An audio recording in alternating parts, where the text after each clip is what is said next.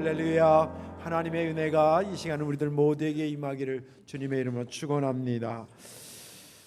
오늘 말씀의 제목 한번 따라 하실까요? 한 해 동안 받은 은혜, 내 믿음의 동력 되어야 합니다. 아멘. 1년 동안 살아오시라고 너무 수고 많으셨습니다. 또 1년 동안 매주 찬양과 악기로 이렇게 협력하시고 찬양하신 이래관현악단, 또 시온 찬양대 지휘자 반주자 모두 너무 감사합니다. 뜨겁게 한번 박수하겠습니다. 얼마나 힘들면 저렇게 노래하고 기침도 나고 막 그러겠어요. 이제 한 해 시간이 주는 우리에게 축복과 깨달음이 많이 있는데, 이제 한 해를 마지막 지내는 주일입니다. 한 해 동안 한번 설교 듣기 전에 이런 생각을 해보시면 좋겠어요. 한 해 동안 내가 살아오는 동안에 하나님의 은혜를 내가 받은 것 같나, 안 받은 것 같나, 그런 거 한번 생각하면 좋겠고요. 또 대부분 받았을 겁니다. 받았다고 한다면 받은 거로 끝나는 것일까, 아니면 그 다음 단계로 뭔가 도약해야 되는 것은 없을까, 뭐 이런 것들을 한번 생각하면서 말씀을 들으면 은혜가 되리라 생각이 듭니다. 오래전에 이제 저쪽 교회에서 집사님이 만삭이 돼서 아기 날달이 다 됐는데, 어느 날 새벽기도 갔다 왔는데 전화가 왔어요. 그 남편은 교회를 안 다녔거든요. 남편한테 전화가 왔어요. 급하게 목사님 어쩌냐고. 혹시 사람들이 참 못됐어. 힘들 때만 난 찾아. 아무튼 어쩐지 했더니 저희 집사는 지금 아기 낳다가 이게 뭐가 잘못돼 가지고 개인 병원에서 안 된다고 큰 병원에 가라 그래서 지금 큰 병원으로 가게 된다고 그러더라고요. 그래서 어느 병원이냐 그러니까 지금 얘기를 해서 알겠다 그러고, 이제 제가 간다는 얘기는 안 하고 알겠다 그러고 이제 끌었는데, 가서 그 병원에 이제 가니까 복도가 되게 쭉 있고 양쪽으로 이렇게 그 실들이 쭉 있잖아요. 근데 분만실이 저 끝에 이렇게 이쪽에 들어가는데, 측면에서 보니까 이제 분만실은 안 보이는데 편만면인데, 그 앞에 그 집사님 남편이 고개를 이렇게 거북이목처럼 이렇게 빼고 분만실만 이렇게 넋이 빠져가지고 쳐다보고 있는 거예요. 그래서 내가 가가지고 아무개 아빠하고 이게 손을 딱 잡으니까 깜짝 놀래요. 그러니까 내가 올 거라고 생각도 못했나. 어떻게 된 거냐고 그랬더니 이만하면서 하는데 애가 좀 뭐 이상이 생겼는지 개인 병원에서 도저히 자기들이 안 되겠다고 빨리 이렇게 하라 그래서 지금 큰 병원에 왔다고, 수원에 큰 병원에 왔다는 거예요. 그래 지금 산모 들어갔는데 연락 오기만 지금 기다리고 있는데 아직 연락이 없어 이러고 있다는 거예요. 근데 그 모습이 그렇게 초라할 수가 없어요. 그렇게 초라. 또 그 집이 그렇게 애를 낳으려고 했던 건 뭐냐면, 그 아기 낳은 애 위에 딸만 둘이요. 그 셋째 낳으려고 그러는 의도가 뭔지 아시겠죠? 그 당시에. 그런데 그리고 또 아들이라는 거 대충 알고 있었기 때문에 얘 꼭 낳아야 되거든요. 근데 애가 이런 거니까 애 아버지가 목이 이렇게 빠져나올 수밖에 없는 거예요. 그래서 같이 손잡고 하나님 믿고 의지하고 기도하자고, 그래서 기도하고 저도 같이 기다렸는데 금방 아기가 안 나오는 거예요. 더 이상 내가 또 기다릴 수 없어가지고 아기 나면 연락하라고. 그리고 이제 저는 교회로 먼저 돌아왔어요. 그리고 몇 시간 뒤인가 연락이 왔는데 아기를 잘 순산했다고 그렇게 연락이 받았어요. 그리고 나서 이제 그때는 뭐 산후조리원 이런 게 없으니까 며칠 지나면 이제 그 산모를 만나러 갈 수 있었거든요. 가서 이제 어떻게 된 거냐고, 산모가 정확히 아니까. 그러니까 목사님 분만실에 있는데 애가 낳았는데 숨을 안 쉬었나 봐요. 막 의사들이 왔다 갔다 하고 막 간호사들이 왔다 갔다 막 한참 막 그리고 어수선하고 그러다가 한참 있다가 어떤 간호사가 애 숨 쉰다 막 이러더라는 거예요. 그래가지고 자기가 주여 감사합니다. 그리고 애가 이제 정상이 돼가지고 그렇게 왔다는 거예요. 그렇게 죽을 뻔하다 살았으면 그 애 아버지가 교회를 와야 돼요? 아주 안 오는 것도 보통 믿음이 아니야. 안 와. 그 애가 이제 자라다가 중학교 정도 갔는데, 이 녀석이 사춘기. 그래서 걔가 죽다 살아가지고 제가 이름도 지어줬어요. 기뻐하며 찬양하라, 희찬이라고 지어줬어요. 근데 이 녀석이 중학교 정도 가더니 사춘기들이니까 교회 빼끄리하고 잘 안 와. 그래서 하루 내가 불러가지고 걔 출생의 비밀을 알려줬어요. 너 임마 죽다 살았어. 근데 너 교회 신앙생활 잘 안 하면 되겠어? 그때 이제 얘가 좀 알아듣고 그리고 신앙생활 하도 그랬습니다. 받은 은혜가 은혜로 끝나면 안 돼요. 인간적으로도 안 되고 신앙적으로도 안 돼요. 받은 은혜는 반드시 내 믿음의 점프하는 동력이 돼야 될 줄로 믿습니다. 오늘 본문에 있는 말씀은 두 기적의 사건을 한 본문을 읽었어요. 하나는 물고기 2마리와 보리떡 5개로 5,000명을 먹인 오병이어의 기적에 대한 스토리고요. 그것이 끝나자마자 주님께서 사람들을 빨리 보냅니다. 요한복음에서는 왜 그랬냐면은 이 사람들이 예수님을 정치적인 메시아 그리고 기적을 일으키는 빵을 나눠주는 분 이렇게 자꾸 예수님의 본뜻하고는 다르게 자꾸 예수님을 붙잡아주고 우리의 왕이 되달라고 그러니까 그러면 안 되기 때문에 그들을 막 저쪽에서 보내고 그리고 제자들도 빨리 배 타고 넘어가라 그러고 자신은 혼자 기도하러 산에 올라갔습니다. 한참 시간이 지나서 갈릴리 호수가 굉장히 길어요. 폭이 12km고 길이가 24km예요. 그러니까 뭐 거의 바다 수준이에요. 근데 아무튼 거기 가는데 시간이 오래 걸려서 가는데 밤쯤 됐는데 이 기후 차이 때문에 바람이 풍랑이 가끔 있는데 풍랑이 일어가지고 배가 전진을 못 가는 거예요. 막 노졌는데도 이게 효과가 안 나고 막 풍랑은 일고 제자들이 막 갈팡질팡하는 걸 보고 주님이 안타까워서 무리를 걸어서 배에 제자들의 배 쪽으로 가까이 지나간다고 이렇게 가는 것처럼 갔습니다. 그걸 보고 제자들이 예수님이다 그랬으면 얼마나 좋았겠어요. 유령이다 그런 거예요. 그리고 막 예수님이 배에 올라타니까 풍랑이 잔잔하니까 막 놀래가지고 놀란 게 그냥 서프라이즈가 놀란 게 아니라 그냥 어프레이드 막 무서워서 놀란 거예요. 이런 겁니다. 난이 안심해라 주님께서 그리고 잔잔케 하시고 그 마지막 52절에 뭐라고 기록되어 있냐면 이렇게 기록되어 있어요. 제가 은혜 받은 부분이고 깊이 읽었던 52절에 마지막에 이렇게 기록되어 있어요. 이는 그들이 그 떡 떼시던 일을 깨닫지 못하고 도리어 그 마음이 둔하여 졌음이로다. 이 말씀이 저의 마음에 콱 박히면서 묵상하게 됐습니다. 다시 말해서 그들이 예수님이 오는 것이 살리러 오는 거니까 은혜예요, 은혜가 아니에요. 그 은혜를 은혜로 여기지 못하고 놀래고 막 유령이다 그러고 그런 이유가 딱 있었는데 그 이유가 뭐냐면 그 직전에 있었던 떡을 떼신 오병이어의 기적을 보고 깨닫고 주님에 대해서 알고 그걸 은혜로 여겨야 될 부분들이 있었는데 그것이 그렇게 처리되지 못하니까 믿음이 점프되지 못하니까 주님이 은혜로 왔는데 귀신으로 보인다는 거예요. 한 해를 우리가 살아왔잖아요. 한 해 동안 그러면 특별히 오늘 주일이 마지막 주일에서 그런지 이 본문이 더 그렇게 묵상이 되면서 한 해 동안 주님께서 주신 은혜가 너무나 많은데 이걸 과연 나는 내 믿음의 동력으로 삼고 있는가 아니면 기적이 일어났다 은혜가 임했다 은혜 받았다 그냥 그걸로 마침표를 찍고 있는 건 아닌가 이런 반성도 되면서 이 말씀이 제게 크게 울림이 되어 들렸습니다. 오늘 말씀이 저와 여러분들 꼭 은혜 받으시고요. 한 해를 그동안 주신 은혜를 통해서 여러분들 믿음의 동력으로 삼아가시는 귀한 역사가 있기를 주님의 이름으로 축원합니다. 오늘 말씀은 왜 그러면 받은 은혜가 믿음의 동력이 돼야 되는가 내 믿음의 동력이 돼야 되는가라고 하는 이유를 소개하려고 그럽니다. 첫째는 뭐냐면 주님께서 우리에게 은혜 주실 때 깊이 생각하고 주시기 때문입니다.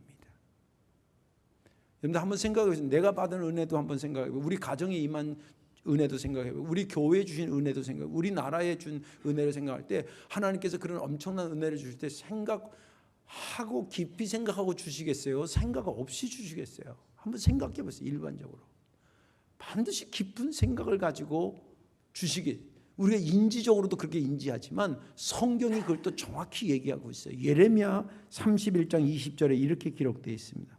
에브라임은 여기서 에브라임은 이스라엘 부르는 애칭이에요. 이스라엘아 나의 사랑하는 아들을 기뻐하는 자식이 아니냐. 내가 그를 책망하여 말할 때마다 깊이 생각하노라. 하나님이 야단칠 때, 책망할 때 뭐 하신다고요? 깊이 생각하고 야단친다는 거예요. 이런 맥락에서 볼 때 하나님께서 우리에게 특별한 은혜를 베푸실 때 혼낼 때도 깊이 생각하고 혼내고, 우리에게 특별한 은혜를 줄 때 생각을 깊이 하고 주신다는 거예요. 무슨 생각을 하고 깊이 생각하고, 이걸 통해서 내 믿음이 자라기를 위해서 생각하고 주시지, 아무 생각 없이 떡이나 먹어라 그런 식으로 주시지는 않는다는 거예요.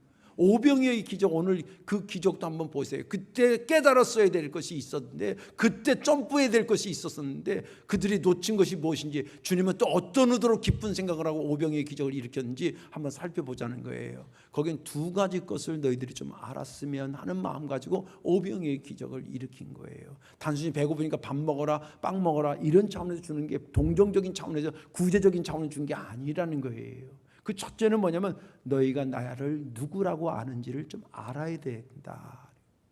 알아야 된다. 예수님은 기본적으로 많은 사람들이 당신을 정확히 알기를 원했어요. 그것은 당신을 자랑하고 싶어서가 아니라 그걸 정확히 알아야, 우리도 마찬가지예요. 최영석 목사가 좋아서 여기 교회 오는 겁니까? 아니잖아요. 예수님이 누군지를 믿고 여기 오는 거지요. 그러니까 이 바쁜 시간에 오는 거지요. 예수님을 정확히 알고 믿는 것이 믿음의 가장 초석이거든요. 많은 사람들이 당신을 정확히 알기를 원했고, 더군다나 데리고 다니던 12명의 제자는 더더더군다나 자기에 대해서 정확히 알아야지 제자의 첫 번째 자격이 되는 거예요. 어찌 보면 이 오병이어의 기적은 제자들로 하여금 예수님이 누구신가라는 것을 정확히 알 수 있는 절호의 기회였을는지도 몰라요. 그럼 생각해보세요. 자기들 앞에서 빵이 바뀌어 도저히 먹일 수 없는 것이 먹여지게 돼 있어. 그걸 보면서 그 사람들이 빵의 변화는 봤는데, 그 변화시킨 예수님이 저분 하나님 아니야? 라는 생각을 했어야 되는데 거기까지 생각이 못 간 거예요. 기적을 기적대로 보고 은혜를 은혜대로 받는데 그 기적을 일으킨 예수님이 누구라고 하는 것까지는 못 본 거예요. 너무 안타깝죠. 또 두 번째 주님이 알기를 원하는 것은, 내가 너희들에게 생명의 떡으로 온 메시아라고 하는 것을 그들이 알기를 원했던 거예요. 여러분들 성경에 보면 요한복음 6장 35절의 말씀에 이런 말씀이 있습니다. 예수께서 이르시되 나는 생명의 떡이니 내게 오는 자는 결코 줄이지 아니할 터이요 나를 믿는 자는 영원히 목마르지 아니하리라.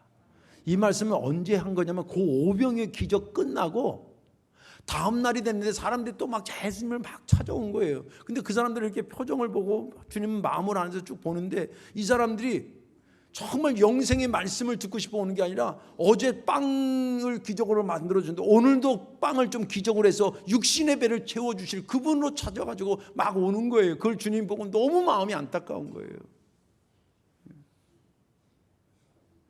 교인들이 저를 찾아올 때 목사님 그러고 찾아와야지 옆집 아저씨처럼 생각하고 오면 되겠어요? 그럼 내 마음이 얼마나 답답하겠어요. 그런 것처럼 주님께서 당신을 찾아오긴 하는데 어제 본 기적 때문에 자기를 찾아오는 걸 보면서 너무 마음이 아파요. 그래서 주님께서 하신 말씀이 그 말씀이에요. 야, 나는 너희들의 육신의 배를 채우기 위해서 온 자가 아니야. 빵집 셰프가 아니야. 나는 너희들의 영원한 생명을 주기 위해서 내 몸을 불태워서 너희들에게 준 생명의 떡으로 너희들한테 온 거야. 너희들이 그걸 좀 알아야지. 그걸 알으라고 오병이어의 기적을 어저께 일으켜 주셨던 거예요. 내가 누구인지, 또 생명의 떡으로 온 난지를 너희들이 알으라고. 근데 너무 안타깝게도 성경을 보니까 제자들이 그걸 못 봤어요. 그걸 봤으면 예수님이 왔을 때 귀신이라 그랬겠어요? 풍랑하면서 또 기절을 하고 놀래 자빠졌겠어요? 아니요. 오히려 풍랑이었을 때 만약에 예수님이 오병이어의 기적을 통해서 하나님이라고 그랬으면 풍랑이 오고 막 그럴 때 주님 어디 계신 거냐고, 빨리 우리를 찾아오시라고, 우리 다 죽게 생겼다고 그렇게 부르짖어 기도했을런지 몰라요. 그리고 주님이 저렇게 막 유령처럼 그렇죠. 그런 현상이 드무니까 그렇게 올 때 저분 예수님 아니야? 우리 기도 듣고 오시는 분 아니야? 이렇게 여겼을 수도 있다 이 말이에요. 그런데 기적을 보고 그 은혜를 받고 은혜가 믿음의 동력이 되지 못하니까 그냥 어제 그렇게 했던 거 어제 그걸로 끝내. 나중에 너희들이 바리새인의 두룩을 조심해라 막 이렇게 주님이 얘기하실 때 제자들이 뭐라면 어제 우리가 남은 떡 안 가져와서 저런 말 하시네 이러고 있어요. 그런 제자들을 주님께서 3년 동안 가르친 거 보면 예수님도 참 대단하신 분이에요. 대단하신 분이에요. 예수님의 제자들은 처음 수준이 우리 성덕교회 교인들 수준만도 못했어요. 내가 볼 때는 참 진짜 멍청해. 한두 개도 아니야, 멍청한 게. 이게 영적으로도 멍청하고 지식적으로도 멍청하고 막 그런 게 막 보여요, 성경에. 내가 똑똑하다가 아니라 그 일반 상식보다는 못한 거예요. 그런데 오병이의 기적을 한번 생각해 보세요. 작은 기적입니까? 아무 데서나 누구나 할 수 있는 기적입니까? 한번 생각해 보세요. 엄청난 기적이에요. 엄청난 기적이에요. 그거를 그분이 하셨으면 그분이 보통 분이 아니라고 고백하고 믿고 동력을 해서 그 이상도 하실 분으로 믿고 받아들여야지 정상 아니겠어요. 근데 안타깝게도 그러지 못했다는 거예요. 주님은 그들의 믿음이 성장하라고 그것을 보여준 건데. 자, 이제 우리의 얘기로 한번 돌아와 보십시다. 1년 52주 동안 매주마다 생명의 말씀, 생명의 떡인 이 설교를 주신 것, 오병이어의 기적만 못하겠어요? 제가 계산을 해봤어요. 예수님이 떡을 떼서 주면서 5,000명이 먹었다 그러는데 주일날 우리 교회 한 400여 명 교인들이 와서 생명의 말씀인 떡을 먹고 이 말씀을 가지고 10명에게 거룩한 그 말씀의 영향력을 미치면 4,000명이 변화될 줄로 믿습니다. 그러니까 매주마다 오병이어의 기적이 우리 교회에서 일어나고 있었던 거예요. 작은 은혜를 받은 게 아니에요. 오병이어의 기적, 그 갈릴리 호수 주변에서 했던 그 기적 우리 교회에서는 한 번도 안 일어났다 이렇게 생각하는 사람 회개하셔요. 매주마다 오병이어의 기적이 일어난 거예요. 네. 할렐루야. 근데 그 오병이어의 기적을 매주마다 우리 교회에 일으키면서 주님께서 아무 생각 없이 최영석 목사를 세워서 설교하게 했냐고요. 하나님이 여러분들에게 깊은 생각을 가지고 주셨는데 무슨 깊은 생각을 하셨겠어요? 이 말씀을 듣고 저 사람에게 이런 믿음이 생기고 저 권사님한테는 이런 믿음이 생기고 저 장로님한테는 이 믿음이 생기라고, 그래서 점프하고 동력이 되라고, 그런 마음 가지고 주신 것 아니에요. 할렐루야. 저는 잘 모르지만 하나님은 그렇게 하실 거예요. 제가 왜 이런 얘기를 하냐면 이건 신비롭게 주시려고 하는 게 아니라 제가 다음 주 설교할 거 전 잘 몰라요.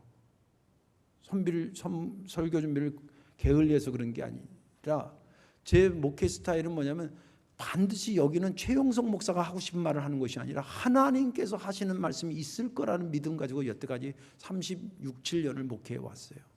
그래서 어느 목사님의 설교집 보기는 하고 듣기는 해도 그 설교를 뺏겨가지고 여기서 해본 적이 없어요. 내가 십자가 5m 앞에서 거짓말 치겠어요?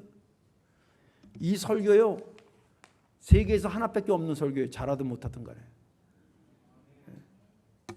이거 하나 준비하기 위해서 얼마나 제가 기도하고, 또 희한하게 그때 되면 그 필요한 말씀을 주셔요. 제가 매일마다 읽는 성경 분량이 있거든요. 그 메모해놨다가 묵상하고 그 말씀을 준비해서 하는 거예요. 저는 그래서 이 주일날 말씀 이거는 오병이어의 기적이 여기서 일어나고 있다고 저는 믿는 사람이에요. 주님께서 그렇게 주시는데 생각 없이 주셨겠어요? 겟세마네 동산에 갈릴리 호수 주변에서만 오병이어의 기적할 때 생각하고 주신 것이 아니라 여기 이 자리에서도 생각하시고 깊이 생각하고 저를 세워 말씀하셨어요. 그 생각이 뭐겠어요? 많겠지만 요약하면 너희들 믿음이 오늘 생명의 떡을 먹고 점프해야 돼. 그래서 주신 것 아니에요. 그걸 믿는다고 한다면 우리가 받은 은혜를, 말씀의 은혜를 받고, 그리고 여러분들 믿음이 성장하기를 주의 이름으로 축원합니다. 사람들은요 죽을 뻔하다 살면 은혜라고 생각하고요, 평범할 때 들으면 그거 별로 은혜라고 생각하지 않는데 그거 잘못된 생각이에요. 여러분들 한번 제가 물어볼까요? 내일 죽을 뻔하다 살서 하나님 은혜를 좀 느끼고 싶어요? 손 들어봐요. 나부터도 그냥 보세요. 제가 수학적으로 얘기했잖아요. 이게 평범한 게 제로의 1의 1, 그죠? 이게 은혜인데 죽을 뻔했다는 것은 마이너스 100으로 내려갔다는 거예요. 그리고 다시 살아났다는 것은 다시 제로가 됐다는 거예요. 그러면 제로일 때가 은혜예요? 은혜가 아니에요? 은혜죠. 아니죠. 꼭 내려갔다 올라와야지만 은혜예요? 아니잖아요. 매주마다 주님께서 말씀 주신 것 은혜로 생각하시고 그것이 여러분들 믿음의 동력 되기를 주의 이름으로 축원합니다. 깊이 생각하고 두 번째는 뭐냐면 왜 받은 은혜가 믿음의 동력이 내 믿음의 동력이 되냐면 잘 들으세요. 은혜의 선순환 고리에 진입하기 위해서요. 은혜의 선순환 고리에 진입하기. 요한복음 1장 16절에 이렇게 기록되어 있습니다. 우리가 다 그의 충만한 데서 받으니 은혜 위에 은혜로라. 할렐루야. 은혜 위에 은혜로다.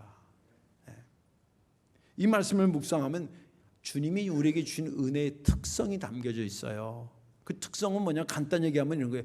하나님은 기본적으로 은혜를 딱 한 번만 주고 싶어 하는 분이 아니에요. 두 번도 주시고 사모하면 주시고 네 번도 주시고 다섯 번도 주시고 무한대로 주기를 원하시는 분이 하나님의 본 마음이세요. 그리고 또 그게 가능한 것은 뭐냐면 하나님이 주시는 은혜의 창고는 모자란 적이 없어요. 여기도 오늘 본문에 나와 여기 1장 16절에 우리가 다 그의 충만한 데서 받았다니 주님은 주고 나서 모자르지 않아요. 아우 야 미안하다 야 내가 줄 게 없어 못 주네 라고 하시는 분이 아니라는 거예요. 그리고 더 중요한 것은 뭐냐면 그분 성향 자체가 한 번만 주고 아우 한 번 줄 때도 내 손 떨렸어 그러는 하나님이 아니라는 거예요. 주고 또 주고 또 주고 사모하기만 하면 주고 또 주고. 제 예를 들어볼게요. 제가 예수 믿고 구원받은 거 은혜일까요? 은혜가 아닐까요? 제가 가끔 이런 생각입니다. 개골스럽게. 내가 지금 예수를 안 믿으면 내 생활이 어떻게 했을까? 저는 술 많이 먹었을 것 같아요. 저는 분위기 좋아하거든요. 그래서 어떨 때는 커피 마실 때도 커피를 마신다고 생각 안 하고 여유를 마신다 뭐 이런 생각하고 자가적으로 먹고 그래요. 그러면 마음도 편안해지고 막 그래요. 분위기 엄청 센스 있는 목사입니다. 남자들이 예수 안 믿고 분위기 잡으려면 어디 가냐면 술집 가요. 대부분 그래. 100%는 아니지만. 근데 그런 나를 주님 구원해 주신 너무나 은혜 받은 거예요. 내가 은혜를 몇 번 받았나 한번 보세요. 은혜 위에 은혜를 설명하는 거예요. 그런데 하나님께서 구원받은 것도 너무 감사한데 영혼 살리는 일을 평생 하라고 목사로 저에게 은혜를 주셨어요. 그리고 비록 강원도 산골 정선에다 교회를 개척했지만 목사로서 어떻게 보면 꽃이라고 할 수 있는 교회를 개척할 은혜를 주셨어요. 그리고 거기서 목회하면서 한 영혼이 얼마나 소중한지 목사에게 생명 또 놓쳐서는 안 되는 중요한 생각 중에 하나는 한 영혼에 대한 그리움이거든요. 한 영혼이 얼마나 소중한지를 철저하게 교육시키는 은혜를 거기서 받게 했어요. 정화성으로 와서 25년 동안 무음하게 목회한 것 하나님의 은혜였어요. 그리고 정말 내 생애에 성전을 하나님 앞에 교인들과 함께 봉헌할 수 있는 기회 주신 것 하나님의 은혜였어요. 그리고 때가 되니까 하나님께서 이 좋은 성덕교회 와서 여러분들 만나게 목회하도록 도우신 하나님, 이거 하나님의 은혜였어요. 또 제가 와서 여기서 급성 심근경색이 와서 죽을 뻔하다가 살면서 더 겸손히 마무리를 하라고 겸손을 배우게 하셔서 은혜 주셨어요. 그리고 여기 왔을 때 건축 부채가 너무 많아가지고 제가 그 굉장히 큰 짐으로 여겼는데 하나님께서 여러분들과 함께 작년에 그 짐도 다 벗어주는 은혜를 주셨어요. 은혜 몇 번 받았다고 왜 지금 해요? 손가락으로 세면서 했는데도 몰라. 그냥 대충 잡아 9개예요. 거기에 뭐 더 많아. 막 예쁜 사모님이 내 아내가 된 것도 은혜고 든든한 아들들이 생긴 거, 또 뭐 손녀까지 주신 거, 자부를 통해서 손녀까지 주신 거, 뭐 생각하면 너무 많아요. 추려도 9가지. 은혜 위에 은혜. 근데 여기서 잠깐 생각을 멈추고 깊이 생각해야 될 게 하나가 있습니다. 자, 은혜 위에 은혜, 은혜 위에 은혜인데 이 은혜에서 은혜로 가는 그 사이에 해야 될 우리의 역할이 있어요. 그 역할이 뭐냐면 첫 번 은혜를 받을 때 이 은혜를 통해서 하나님이 생각을 많이 하고 주셨기 때문에 이 은혜를 통해서 갖춰져야 될 내 믿음이 갖춰져야 돼요. 물론 안 갖춰준다고 하나님 그 다음 은혜를 안 주는 건 아니에요. 그런데 기계도 돌아갈 때 기름칠하면 스무스하게 돌아가지만 기름칠 안 하면 돌아가는데 빡빡하게 돌아가는 거잖아요. 은혜를 그렇게 받으면 안 돼요. 주시는 분도 기뻐하고 받는 우리도 그 은혜 위에 은혜 그 사이에 이 은혜를 통해서 내가 갖춰야 될 믿음이 점프되어 있고 그걸 보고 또 은혜 주시고 이거 은혜를 또 여기고 감사하게 여기니까 또 믿음이 생기고 믿음 위에 또 은혜를 주시고 이렇게 제대로 가야 된다. 아브라함의 예를 들어볼게요.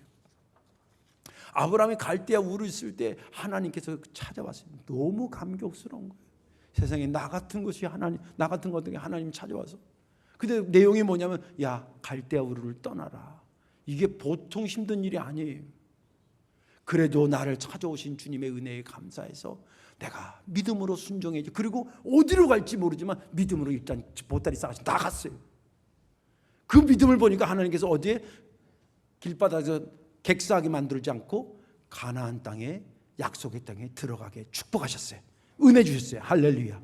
거기 가서 하나님 앞에 성경 창세기 12장에 보면 그 도착하는 곳곳에 제단을 쌓았다고 그래요. 아브라함이 하나님 갈 바를 알지 못해서 와도 하나님 따라가면 이렇게 살 곳이 생기는군요. 감사합니다. 감사합니다. 그랬더니 하나님 무슨 은혜를 주면 아들을 주시는 은혜를 줬어요. 아들을 주셨어요. 그다음 하나님께서 그렇지 이 아브라함이 자기 생각을 갖는 거예요. 그렇지 주신 이도 하나님이고 거둬가시는 분도 하나님이신데 내게 내 생에 아들을 주신 것 감사합니다. 그리고 그 믿음을 경고했더니 하나님께서 아들을 바치라고 하는 은혜를 줬어요. 여러분들 여기서 좀 아멘을 안 하는 것 같아. 아들을 바치라는 거 여러분들 아브라함한테는 엄청난 은혜예요. 나중에 보세요. 그게 왜 은혜인지. 그런데 그 아브라함이 그 얘기를 듣고 순종해야 안 해요. 믿음으로 순종해. 그랬더니 여호와 이레의 하나님으로 나타나시고 수천 년이 지난 우리들한테 아브라함을 생각할 때 누구로 생각하면 믿음의 조상이라는 칭호를 받아요. 아브라함과 하나님과의 관계 속에서 보면 은혜 주시고 믿음으로 반응하고 은혜 주시고 믿음으로 이게 계속 그런 선순환 고리가 되는 거예요. 그런 선순환 고리에 들어가기를 사모하면 오늘 귀담아 들어야 돼. 나는 목사님 그냥 구원받은 축복 그거 하나만 받고 다른 건 안 받아도 돼요. 개차방 같이 살다 가도 돼요. 그런 사람은 설교 안 들어도 돼요. 근데 기왕이면 오늘 얘기 들어보니까 은혜 위에 은혜를 주신다네.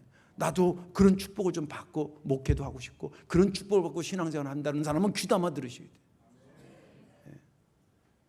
은혜의 선순환 거는 우리가 만든 게 아니라 하나님의 원틀이 그래요. 거기에 내가 진입하자는 거예요. 진입하자는 거예요.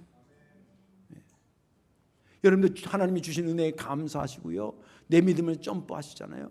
그러면 점프해가지고 어쩌냐면 하나님이 이것을 주신 것을 내가 받았는데 너무 감사해. 이걸 가지고 어떻게 베풀고 나눌고 할 하나님이 원하는 일들을 한번 찾아보세요. 이건 노하우예요. 그래서 그 일을 하잖아요. 누가 보든 안 보든 난 받은 은혜 받은 사람이니까 그 일을 성실하게 해요. 그러면요 반드시 하나님께서 또 다른 생각지 않은 은혜를 줘요. 이게 한 사이클이에요. 그러면 또 그것을 가지고 내가 하나님 받은 은혜가 있는데 어떻게 하나님께 영광 돌리까 부지런히 해서 애쓰고 누가 보든 안보든 하면 하나님께 또 다른 이게 두 번째 사이클이에요. 이게 선순환 거로 계속 돌아요. 저는 목회하면서 그것도 많이 받고 개인적으로도 그걸 많이 받고 경험도 하고 그랬어요.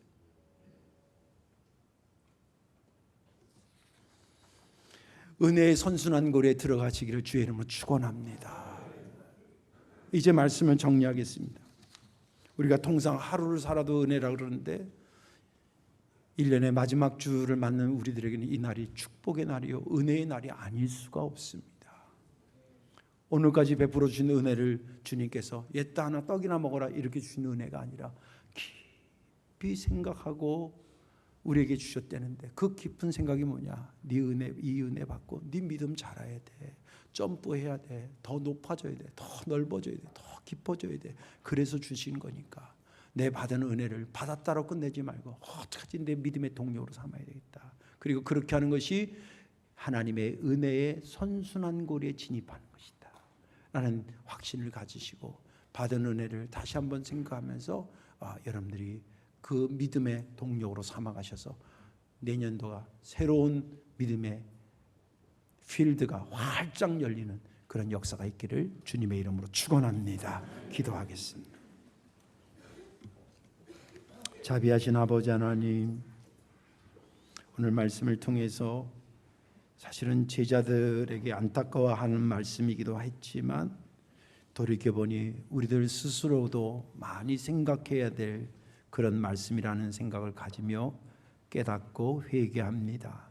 주께서 주신 은혜만큼만 내가 믿음이 자랐으면 지금보다 훨씬 더 큰 믿음을 소유한 자가 되지 않았을까라는 생각도 감출 수가 없습니다.